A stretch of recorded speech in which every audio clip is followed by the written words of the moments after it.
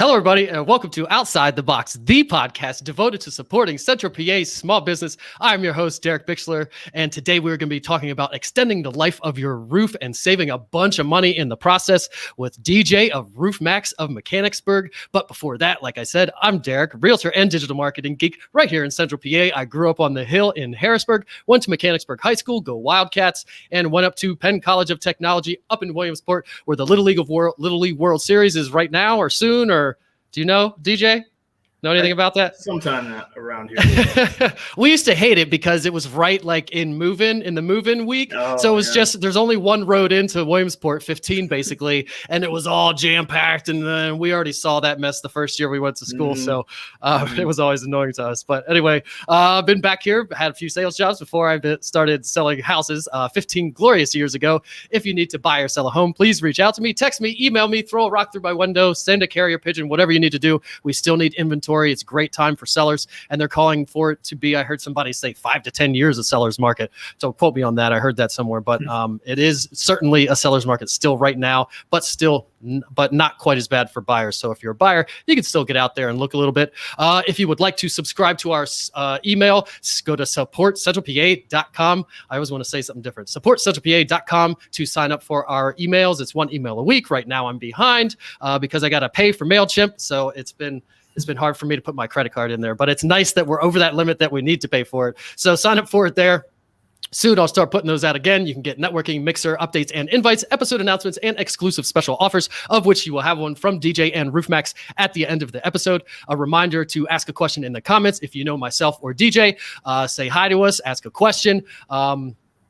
If we don't see it during the episode, we'll come back later and address your questions. And a reminder that replays are on YouTube, Instagram, LinkedIn, Facebook, all the places you want to consume your content, and soon on iTunes and all the audio players, Spotify, all that stuff, as soon as I get around to uploading it to all those things. Maybe you'll be. I told the last episode person that they were going to be the first episode to be on iTunes. I'm not going to tell you that, but maybe you will if I have the gumption after the episode to upload one. It just takes me to start and do one to get the ball rolling. But anyway, now let's get into it. No, that's still from last episode. Those two things. I forgot to change this. So let's bring in DJ of Roof Maxx, and I'm going to find his things here. Hello, DJ. Thanks for being with us.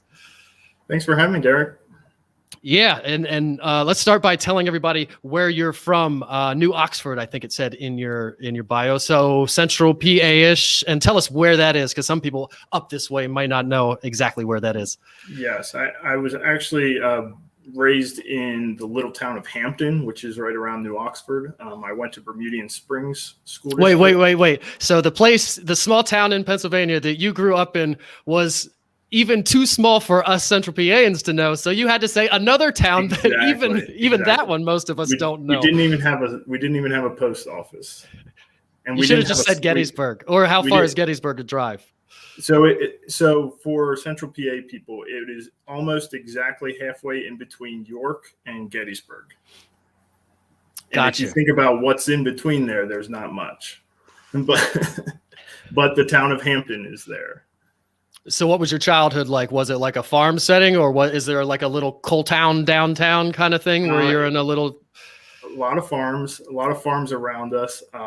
My dad grew up in the residential construction industry. So I grew up working with him at a very young age, and that kind of rooted my interest in, homes, in, the construction industry. And then, like I said, graduated from Bermudian Springs. And then I went to college for engineering, and I got a civil engineering degree. I went to college at Elizabethtown, and then I finished my schooling and degree and got it from the University of Delaware. Gotcha.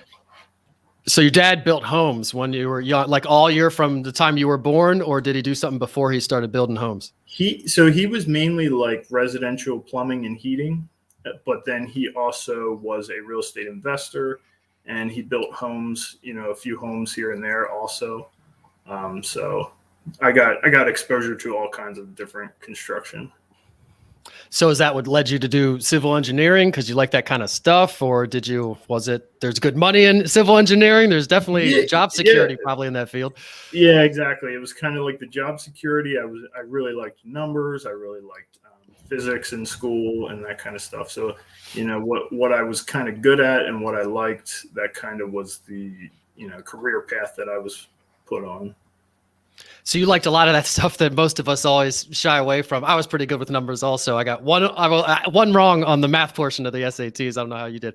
And then I didn't read the English because I hate to read. But Right. So you liked all those things. You liked the science and the numbers. Yes. Was that something that you liked early on? You always liked that stuff? Or did you? I was kind of forced to because I got bad grades. And then my dad would do my homework with me. So I got really good at math. Is it just something you did on your own and liked? Yeah. And it was kind of like I geared towards like the physics part of it because the math only made sense to me if I had something to apply it to, So like I didn't really like calculus, but when you needed to use calculus to figure out physics problems, then it would make sense to me. So that's how I sort of got going towards engineering in college. So the physics kind of brings the numbers to the real world and it applies it to the real world, I guess. Yeah. So did you take physics? I think we could take like physics 1, but then beyond that in high school, you couldn't do much. So did Bermudian Springs have a physics department? No, basically in high school, it was just like the generic physics that you take in high school. And then basically college was where all of the advanced was. And then did you do any extracurriculars or anything like that when you were younger? Did you play sports? Or I did track and field in college, and I was actually a pole vaulter in college for both Elizabethtown and University of Delaware. So that sounds fun. That's something I've always kind of looked at as something I'd like to try one day. Probably not something you can just go try once, but so how high do you go? I don't even know how high people go on those things. So, I mean, it probably doesn't mean anything to you, but my highest was around like 15 and a half feet. But I got a lot better in college. So could you still do it? Do you think if you went out there and tried to vault something? I would need about like 2 months of training and then like a month of like ice baths afterwards. Because you throw your back, you got to whip yourself way backwards and kind of, I had a lot of back issues from it and everything. So it's definitely a young man's sport. Huh. Did you fall off the pad a lot? Does that help it happen? No, I broke the pole before where it snaps while you're jumping. But other than that, I haven't had any real serious injuries with it. Huh. And then what is it? Fiberglass or something like that? Fiberglass, yeah. And did you have to buy your own, or does the school supply those things? The school supplied most of them, especially in college. In high school, sometimes we bought our own if we needed a special one or something. Huh. How much does one of those things cost? I don't know what they are now. I want to say it depends. Like the bigger ones, like the professional ones, they are probably like $600 or so. I'm not sure, but. Huh. Yeah. So I would think that's a specialized thing. There's probably like 1 or 2 companies that even make the things, and they could probably charge whatever they want for them. And they've probably been making them forever and ever. So in college, you did that. Did you do that all 4 years of college? Yeah. I did that all. So did you get some kind of scholarship for it, or? I got a little scholarship to go to the University of Delaware for it, but it wasn't like I was going to college for free or anything. So. Sure. And it's almost like another class or another job anyway. Yeah. So kind of negates it. You're better off having a job maybe. Right. So do you do anything like that now? What do you do for fun now? Now I've transitioned into golf. I like playing golf. It's like the last thing I can be competitive in and, have it keep going. So it's much more low impact and less risk of injury. What's the course in Gettysburg area, or where you're not there now? Where are you now? I live in Dillsburg now, and the course I play most is Mayapple in Carlisle. I play in a league there. So, okay. And do you have a handicap? I've tried golf, and I admittedly wanted to break things, and I don't have the patience for it. As you can tell, I can't do that. But is there a handicap? Do you have that kind of thing? Yeah, my handicap right now, I don't have an official handicap because I only just play in the league. But my handicap is probably around like an 8 or 9 or something like that. Okay. And you have 3 kids. So I know, and I have 3 kids. You are married. I am not, but still 3 kids is a lot no matter what. And especially if you're leaving for 4 hours to go play golf, while your wife, I think her name was Nicole, is at home taking care of those 3 kids. So how does that work out? Yeah, that's why I joined a league. That way it can be scheduled. And I kind of gave up the gone all 5 hours on the Saturday to go play golf. Because it's weekdays? Yeah. Oh, and it's networking, so you probably write it off. You wear your hat and your shirt. Of course. Nice, awesome. And are you a part of any networking groups or anything? You do anything else for networking in Central PA? Yeah, I'm part of the Capital Region 1 BNI group. So that's part of that. And then, like I said, I love your Facebook group too. The Central PA Sports Small Business. That's been great as well. Yeah, I've heard a lot of good feedback, and it's definitely my go-to play. I'm a realtor, and I used to have this list of like all my preferred vendors and all these things, and I'd always have to update it. And sometimes people would start sucking. You have to change them out or whatever. Now I don't even keep that. I just say, hey, go into this, join my group, go in there, ask who's the best, and you'll probably get 2 or 3 good ones, or see who's mentioned a few times and go with those people. So I love hearing that all the time. So after you left college, what did you do? Did you go right into this? I don't know how old you are. Did you do some things before you got into this? So I took the engineering route. I became a structural engineer, and I designed bridges actually for 12 years at a couple different firms right around the Central PA area. So I stayed pretty local. I moved to Dillsburg, and then basically, did that for 12 years and then started up Roof Maxx last year. So what made you, let's start. What did you like about designing bridges? Because you did it for 12 years. So you either felt stuck or you were just in a pattern, or you had to like something about it. Let's go with the positive part of it and say, what did you like about it? I liked the industry, and I liked kind of what we were doing for the public. A lot of times, especially in Pennsylvania, a lot of times what we were doing was going on, small back roads where, the people that lived near there just didn't have access places, or the bridges were very old and were getting closed down a lot or needed maintained a lot. And when you put a brand new bridge in, it kind of like changes the entire kind of area, how people can get in and out of places and everything. Now, that's more specific to Pennsylvania. I mean, I've worked on some bigger bridges, throughout the country as well. But I kind of liked the kind of small bridges where, locally that you could see what was done. So, yeah, I mean, everybody around here knows, and I show houses all the time, and I'm always crossing the creeks this way and that way. And there's always some bridge out somewhere, which, especially when it's unexpected. And I think I'm 5 minutes from that place, and now I got to go an extra 15, 20 minutes the whole way around, and everybody else has to. It does cause a big issue, time-wise and convenience and access and all kinds of reasons. So that's obviously, there's no shortage of that work. Do you have to go out to the field a lot? Are you surveying like with those, the thing on the tripod and doing all that? Or are you more in the office when you're doing that kind of thing? I was mostly in the office. I did start doing some bridge inspection work as well, which is out in the field, inspecting the bridges. But most of it was in the office. And that was part of the reason why I wanted to start my own business, was to get out of the office a little bit more, meet people a little bit more.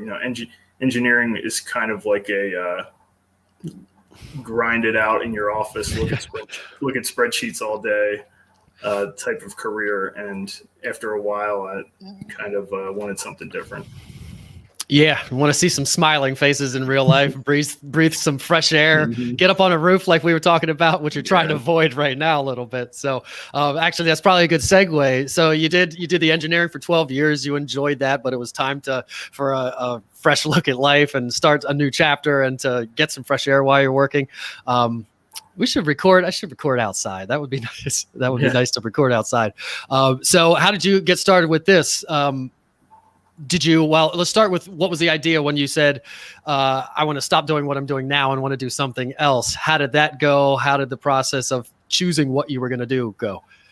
Yeah. So I kind of, the dream of starting my own business kind of started where all dreams start in jury duty. Um, I got stuck in jury duty one day, and I had no electronics and nothing to do, and so I decided to read a book. And I, was not a big reader at the time. I hadn't read a book since high school, I don't think. And I decided to read a business book, and so I did nothing for 3 days but sit in a room and read. And then I was amazed at how much I learned just by reading that book. And then I ended up buying a whole bunch of other business books. And, 2-3 years later, I was like, all I could think about. It was like, I wanted to start a business. I was looking for different opportunities. And then I came across Roof Maxx, and I really loved what the problem that it really solves. And, that's the sign of a good business in my mind, is if it, solves a big issue or makes people's lives easier. Yeah, it's a lot easier to sell something that people actually need than something that they don't need. So that's very interesting to me. You being I'm going to call you a non-reader up until a point at least, and then you read a book, and you kind of had this epiphany of this whole world that's out there that I didn't know about, and you got addicted to it. And the same thing happened to me when Audible came out, because I hate reading, and then Right. Audible and podcasts, and then I listened to a book. And do you remember what the business book was you read? It was the book on rental property investing from Bigger Pockets. Okay. Yeah, totally. I have that in my Audible account. Exactly. Yeah. And there's or you just got a new book out on Burr strategies or something, I think. Yeah, which I haven't. I read that one.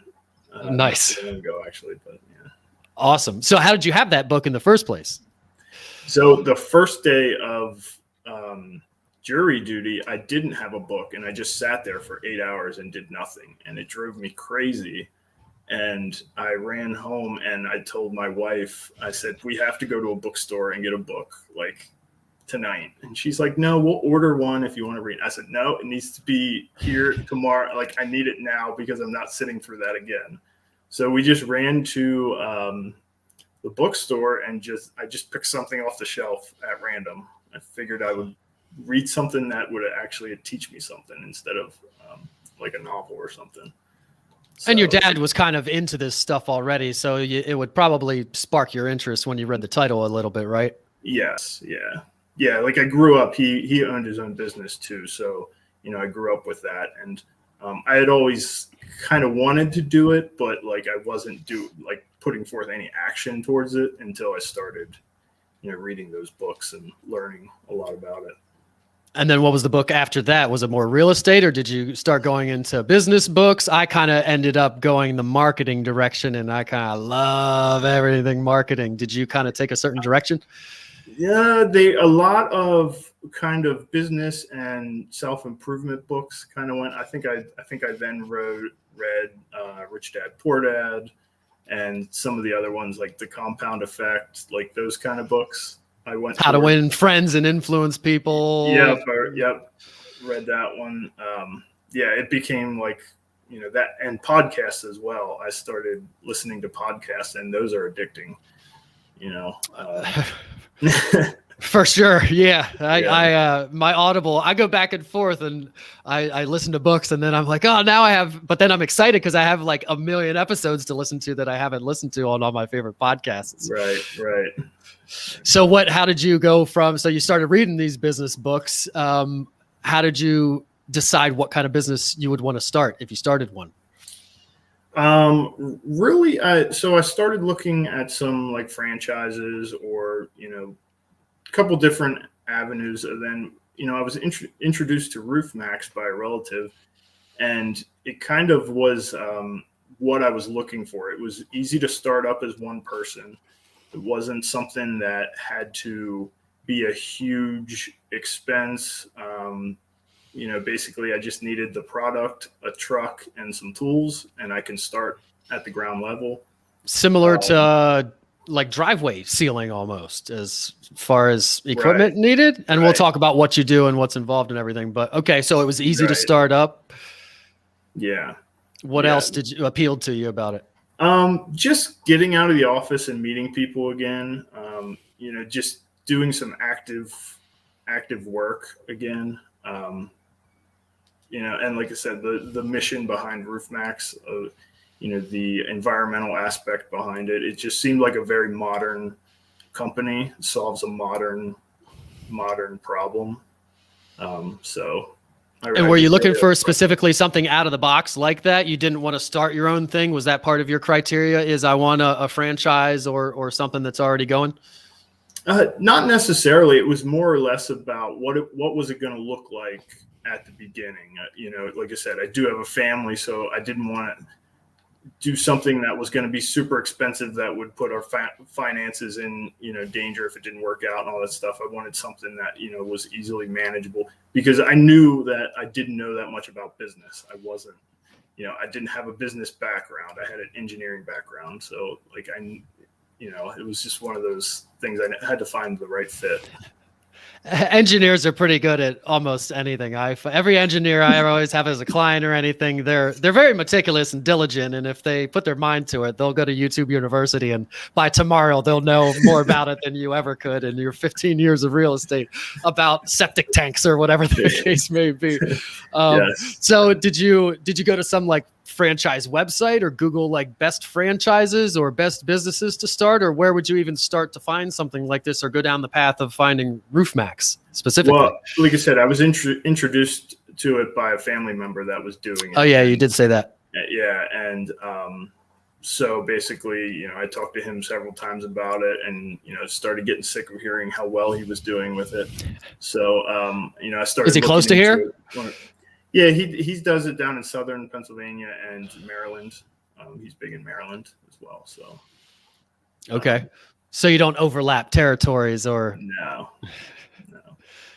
How big is it territory? So the territories are kind of so it's not really a franchise. So the territories are only for leads that come in. We are allowed to basically go anywhere for our work. So basically, if somebody calls me and wants to get their roof looked at, I can travel anywhere to do it. It's just there's some restrictions on marketing of what we can do in other territories. So, but one territory is like the population of 100,000 people. So my specific territories are Carlisle, York, Mechanicsburg, Dillsburg, that kind of area. And when you started, did you immediately just quit your job and start this full time, or was it something that you could kind of start slowly? You still kept your job and your benefits and whatever, and did it on the weekends until you felt comfortable? Yeah, it was nights and weekends all last fall. Then I ended up quitting my engineering job early this year to go full time this year into it. So. Good for you. That's awesome. Working towards hiring somebody else to go up on that roof for you at some point, right? Yes, at some point.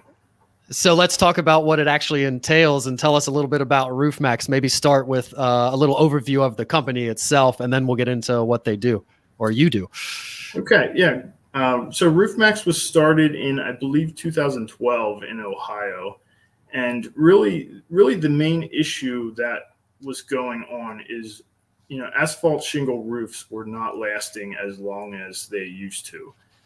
Due to changes in the asphalt industry around 2001, 2002, shingle manufacturers started using a lot less asphalt in their shingles, which therefore meant that the shingles were not lasting near as long. You used to get...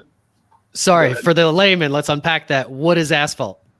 So asphalt is basically a byproduct of the oil refinery process, and it's used to make roads. It used to make shingles, and basically it allows the shingles or the road to expand and contract without breaking apart. So it's like the black tar stuff that holds the bits of rock together. Yes, I got you. Because for me as a layman, I always thought asphalt was the whole mixture. The tar and the rock was the asphalt, like road and asphalt was one and the same. So it's actually like the tar stuff. Yes. Gotcha. Yes. So as they started manufacturing shingles with less asphalt, basically they get dried out and get very brittle a lot sooner. So roofs that, used to be lasting 25 to 30 years were only lasting 15 to 20 years. And even worse down in the South, where they have a whole lot more sun exposure. So they decided, Roof Maxx was started by Mike and Todd Fiesel in Ohio. And so they really, wanted to find a solution to this. They were roofers for, 25 years before they started this company. And they found what they realized was the only real sustainable way to fix this problem was to make the existing shingles last longer. So what they did was they paired with Battelle Labs and the Ohio State University for the testing of this product. And they found that soybean molecules can actually bind with the asphalt molecules in your shingles. And if you spray on this, soybean oil, it can penetrate into the shingles and basically make them last longer and bring back the flexibility of those shingles, which is really what you want your roof to do. You want the roof to be able to expand and contract with the heat. And like one of the biggest things that your roof undergoes is when it's really hot, like 100 degrees out, and then you get a passing thunderstorm. Well, that can cause your roof to go from 140 degrees down to like 70 degrees within like 5 minutes.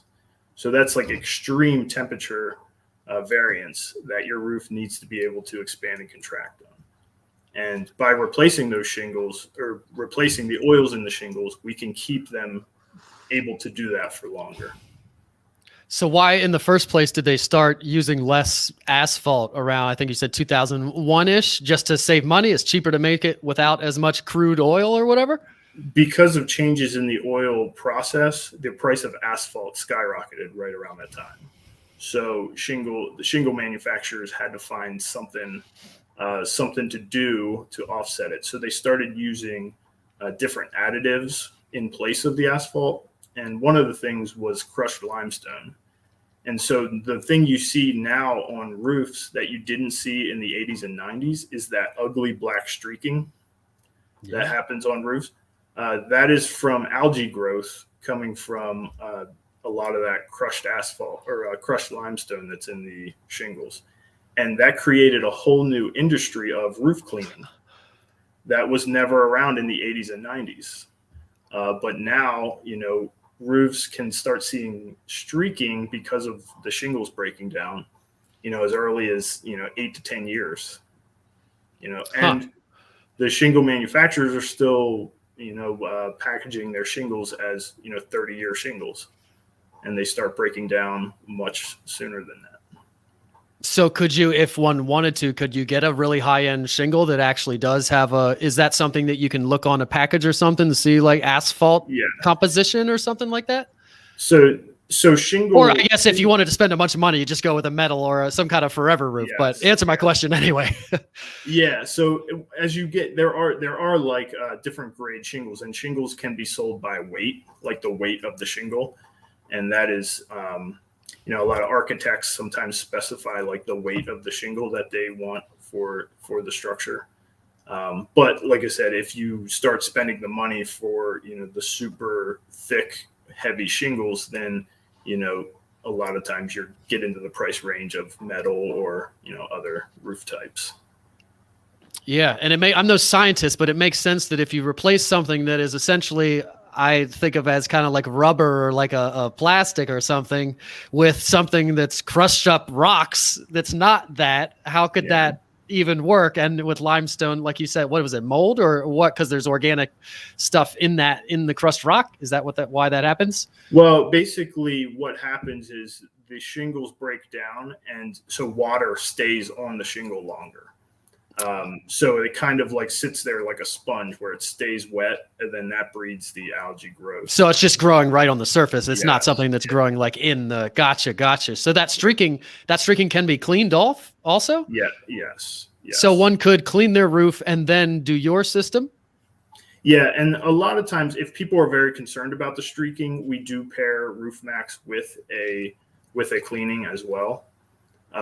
It does add to the cost. So a lot of times, if you are debating whether you need a new roof or a Roof Maxx treatment, sometimes the cleaning, depending on the type of roof you have, if your roof is super steep, sometimes the cleaning can be very expensive.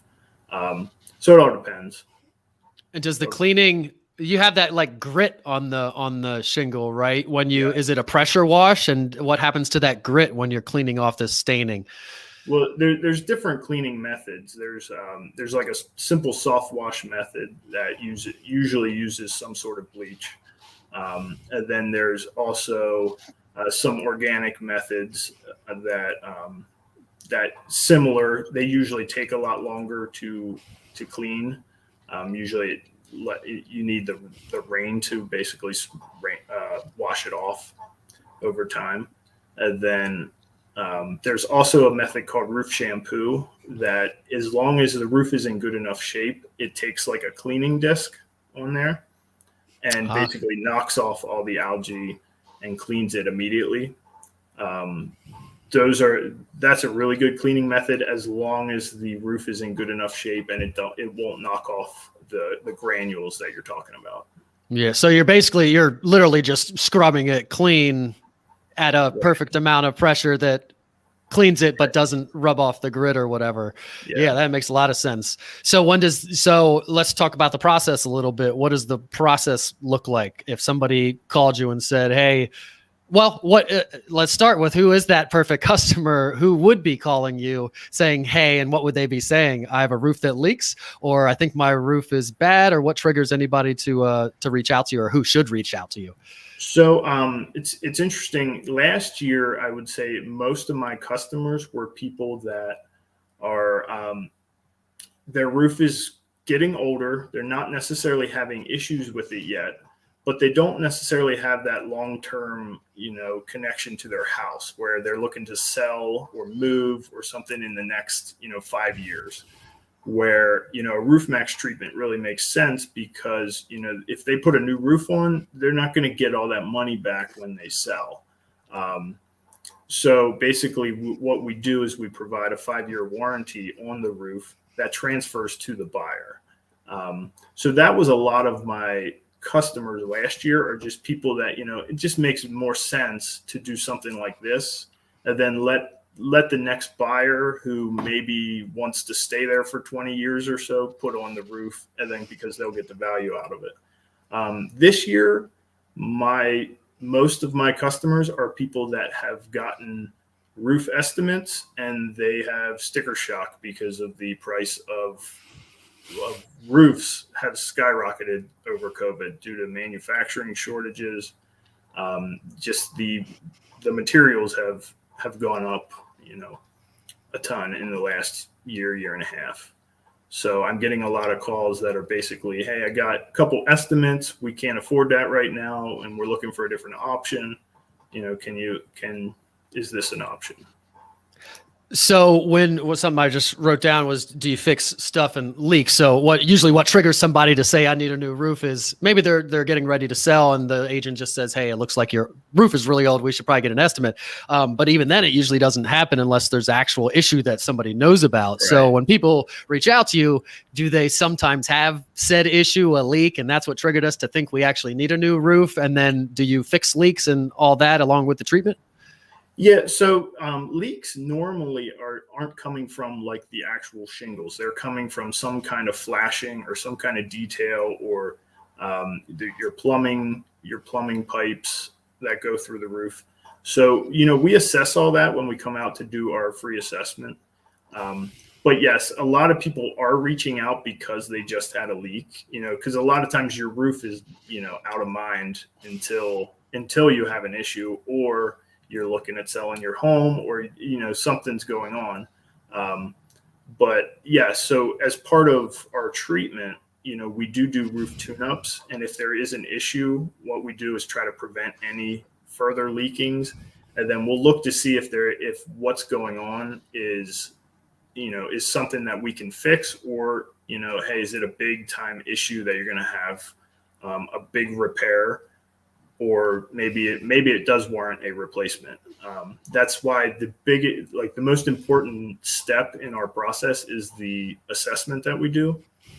So because we need to, if I'm going to put a 5-year warranty on your roof, I need to get a full assessment and know that, Roof Maxx is actually going to help what's causing the aging of your roof or causing the issues. So if there's leaks, if there's some kind of detail that's going on, Roof Maxx might not be the best investment. But a lot of times leaks are coming from something minor. And for stuff like that, do you actually do that also? Any fixing of flashing or the cleaning also, or is that something you sub out to other people? It depends what it is. I do the minor cleanings where it's like the moss growth is building up and it needs to be removed before the treatment. But any kind of big time cleaning or big time repairs, I usually refer to roofing companies. Gotcha. So once the client figures out I need a new roof, or I think I might need a new roof, or what are the alternatives to getting this very expensive new roof, they start Googling things, they reach out to you, you go out, make sure it's you can warrant it for 5 years if you do this project. Right. Once you actually get to doing the project, what does the process look like? What are you actually doing up on that roof to rejuvenate these shingles? Yeah, so one of the benefits of Roof Maxx compared to a roof replacement is the process is very easy. A lot of the projects take less than 2 to 3 hours to complete. Basically, I show up, I do the tune-up, like I said, where any minor maintenance, anything. I clear any debris, or if you need any trees trimmed around, anything like that. Take care of any flashings that need to be fastened or anything like that. And then basically I have everything in my van with a soft wash, spray system. And then I spray on the soybean oil and it sinks down into your shingles very quickly. It's rainproof within an hour. And then you get the full flexibility and everything within 72 hours. Wow. So, and I think I saw videos maybe on your Facebook or something of somebody, or at least pictures of kind of what it looks like before and after. Yeah. Does it stay shiny and moist looking like that? Or is that before and after kind of effect only when it's wet, and then once it soaks in, it goes back to looking normal? Yeah. There's a couple, like actually the roof I did this morning was like the light silver shingles. Sometimes it makes those look darker, but for the most part, the Roof Maxx treatment doesn't really change the look of the shingles, especially on the darker shingles, like your dark browns or your black shingles. It very minimally changes the color or anything. Gotcha. And you said if it rains, within 60 minutes, which is important here in Central PA because it rains I heard a quote sometime, we only have 70 days of pure sunshine in Central Pennsylvania every year. Yeah. So you can be up there and then that day it could rain and that's fine. Yeah. And actually in the past, seems like 2 months, I've been just scheduling all the treatments in the morning. And then if we get those passing afternoon showers like we always get, there's, nothing wrong with it. And, usually by the time I leave the job site and I clean up everything, it's all sunk in and it's been, it's rainproof by then. What about snow and other kinds of weather? What if it snowed 10 minutes after or an hour after and you got it sealed can you do that? And also cold, does it matter what season you do this procedure? Yeah. So it does need to be 36 degrees outside to perform the treatment. But I don't really push those limits. I don't want to be spraying a roof and, looking at a thermostat to determine whether it's good or not. So for the most part, unless we get a warm stretch, I pretty much shut down for, January, February. So, is there a particular season that's worse on the roofs? You mentioned obviously they get baked by the sun in the summer and get up to 100, 110, 125 degrees and then get rained on and get dropped down to 60 degrees or whatever. So is the summer worse, or is the freezing and thawing in the winter? What's worse? So the summer is very harsh for your roof just because of those, the temperature variance that you can get. So if there is issues with your roof if your roof is brittle, the summer, and especially if your roof has no shade, it's gonna be getting hit hard in the summer. Now, winter has a different set of challenges as well. There's a lot of ice damming issues. A lot of your roof needs to be vented properly for it to perform well in the winter. So those are other things that we kind of look at. And is this usually most of the examples we're talking about are kind of an afterthought, I'll call it, and they're kind of towards the end of the life of the roof, and now they're just trying to prolong it a little longer to sell the house, or maybe they just bought the house and trying to get some years out of it before you have to replace it or whatever. Would it be beneficial, and do people ever, as soon as you get a new roof, you just start some kind of, maintenance plan of keeping your roof moist or something like that? Is that something you do? Tell me about that. Yeah. So the earlier that you start treating your roof with Roof Maxx, the better. Now, Roof Maxx you won't see any benefit from Roof Maxx on a brand new roof, because basically what we're doing is replacing the oils that are getting dried out. And so a brand new roof still has all those oils. The Roof Maxx product is not going to penetrate those shingles. But as soon as your roof gets to about 8 to 10 years old, there's a good chance that it's starting to dry out and you're starting to see some granule loss. And that's what Roof Maxx is really great for, is, putting it on a maintenance program, kind of like sealing your driveway, sealing your deck. It's kind of like changing the oil in your car. If you keep doing it and you'll get a lot more life out of the roof, because it basically slows down all the aging process of that shingle by keeping it, hydrated, keeping it flexible.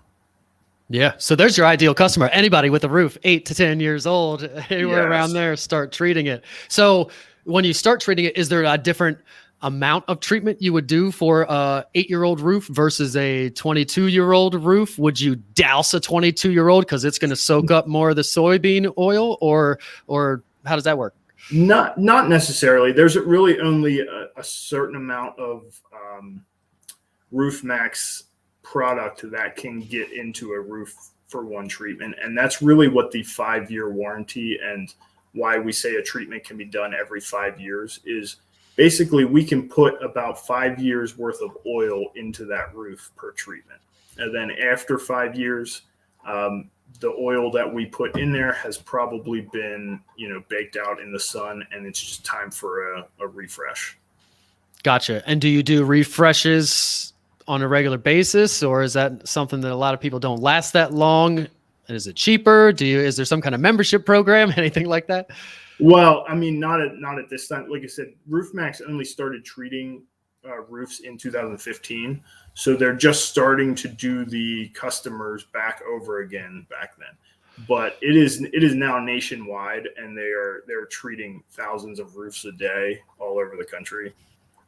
So like I said, we're going to get to that phase as a company nationwide where basically it's going to start being all repeat customers, because you can keep repeating as long as the roof qualifies during the assessment. You can keep getting a treatment every 5 years.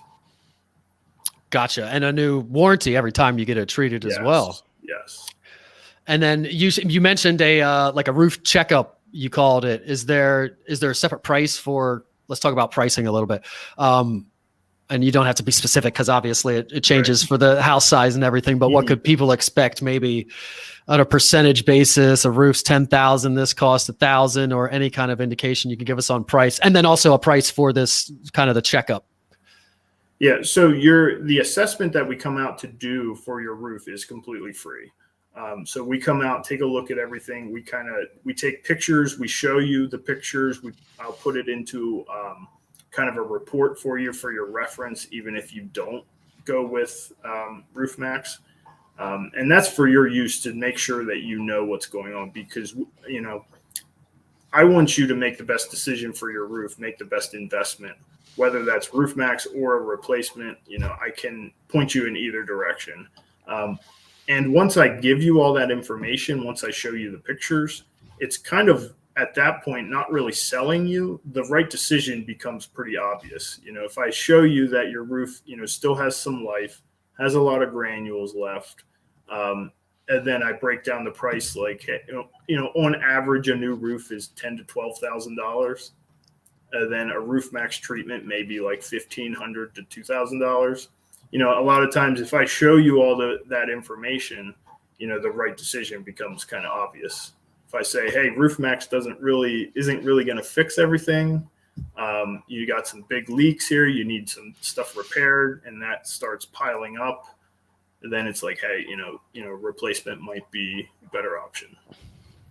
Yeah, but for those people who are a lot of times in these situations, just kind of a bunch of stuff all at once. I'm going to sell my house, but now no, we have this electrical box that's the one that has to be replaced, and the roof is now bad, and all these things are triggered, and you're trying to fix it enough and fix it good and safely, obviously, but you don't want to put a whole new roof on for somebody else that you're going to get 30 days out of this brand new roof. So you just want to make sure it's livable and in good shape for the next people. And if you could get 5 years out of it, if you could get 10 years out of that for, a few $1,000 or whatever, that sounds way, way worth it, especially if it's still looking nice. Sometimes it just gets so ugly after a while. Even if it works, it needs replaced. But so is there anything else people should know about the procedure, the process, or anything? You said it takes a few hours to actually do. Any weather can come within an hour or two, you said. Try to do it in the summer, fall, not the dead of the winter. Below freezing, above freezing is better. Anything else people should know about it? The only thing I would say is that it's completely safe product. It's just made out of natural soybean oil. So, property protection is very minimal. We just hose down the perimeter. We make sure like your driveways, if it gets on a driveway, it can make things slippery. So basically we just hose down things before and after. It's not going to harm anything. It's not going to harm your pets, your plants, anything like that. It's just very natural. I mean, sometimes if it's windy, I get the product all over me and there's no issues with that at all. It's very, very environmentally friendly product. And is it some proprietary blend, or is it literally just pure soybean oil and nothing else? Or yeah, so it is proprietary, and they have a patent for it, and essentially because they had to take like the proteins and stuff out of the soil so that it didn't attract animals or anything like that. So there is some kind of manufacturing going on to make the product itself, and then the product has to get mixed 50-50 with water before it gets applied to the roof. So it comes to you as a concentrate that you then have like one of those big water things on your truck or whatever. Yeah. So basically I mix it the day of in my van. I mix however much I need for that day's jobs. And then it's ready to be applied. How much does the average roof consume? Like gallons, do you know? Or is there a certain amount? It gets put on 1 gallon for every 100 square feet. So yeah. 2,000 square foot, 20 gallons. Yeah. So how many jobs can you carry on your truck at one time? My tank in my truck is 100 gallons. If I, put another tank in there just for the day, I could, maybe get 150 gallons. If there's a huge job, like some kind of like apartment complex, I would just like ship a container there and just sit it at the job site. But, different options like that. That makes sense. And being central Pennsylvania, everybody should love that they use soybean oil because we're corn and soy around here. That's all we grow. Yep. And I think the farms switch back and forth. It seems like to replenish the land maybe or something. They'll grow corn the year and then they'll switch it to soy. Yep. The farm behind my house it's a soybean year this year. So it's nice. Good. I like to walk through them. I hike on the app in Boiling Springs all the time, and half of it goes right through the field. So it's kind of cool to look at and learn. And it seems like what I didn't know, corn stalks have 1 ear of corn on them? Maybe 2? I think so, yeah. I always thought they had like each stalk had like 4, like a bunch of ears of corn on it. But from my looking, it appears that most only have one, which is crazy to me. All this, do they use all the rest of it for something? It turns into hay or something? I don't know. It seems like a huge waste, but I guess there's a lot of cellulose in there or something. Yeah. Anyhow, all right. This is great timing. We got time for our random question. Is there anything else you want to add before we go to our funny random question? Nope. Hit you up. We're going to tell everybody how to find you and where to find you and your special offer here in a second. So, all right. So let's bring up the questions. There are 350 good questions to ask randomly, they called it. So 350 of them. Give me a number between 1 and 350. 25. 25. Going low. Is there any significance to that number or random? It's pretty random. Okay. Not your number in track. They don't have numbers in track, do they? All right. 25.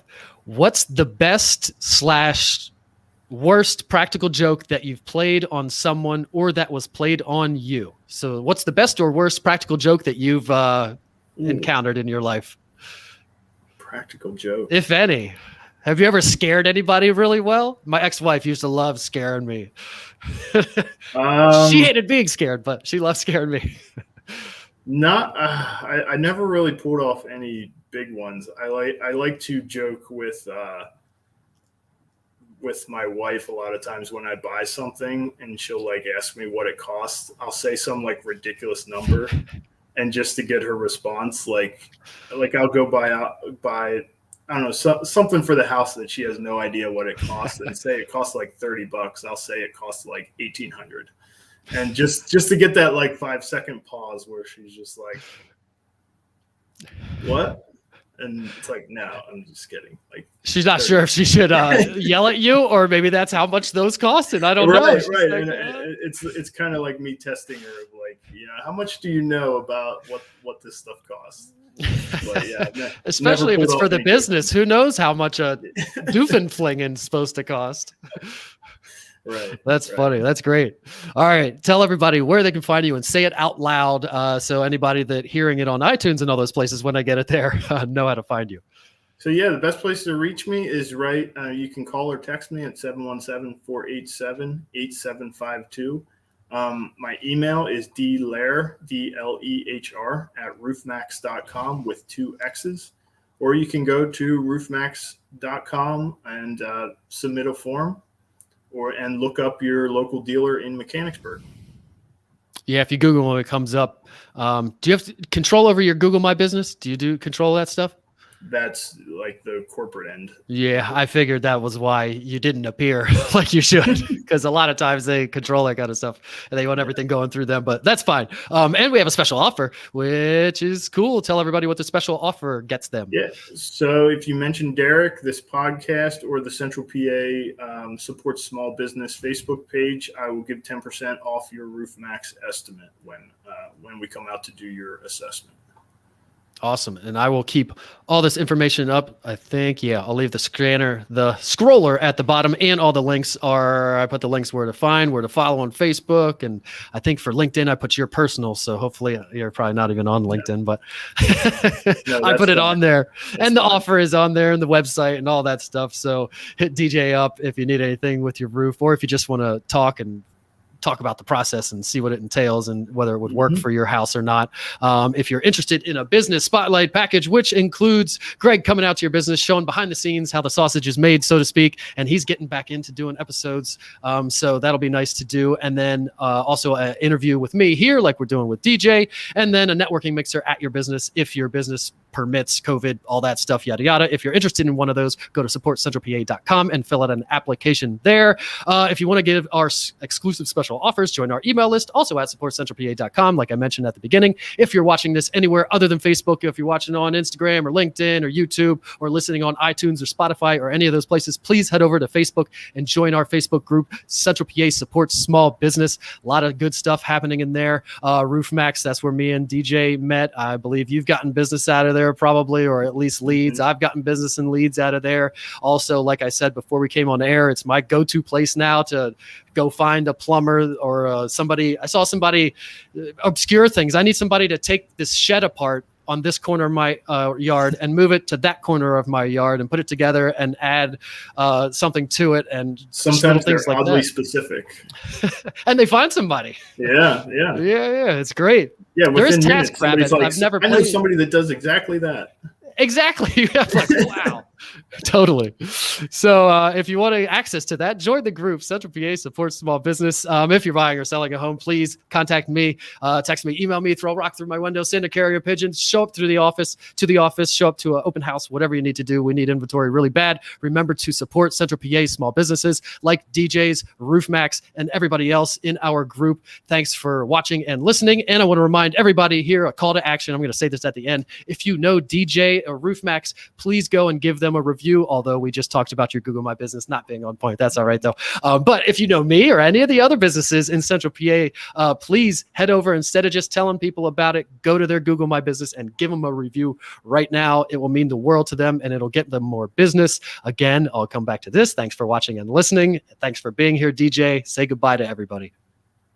Thanks for watching and listening. Goodbye. See you, everybody.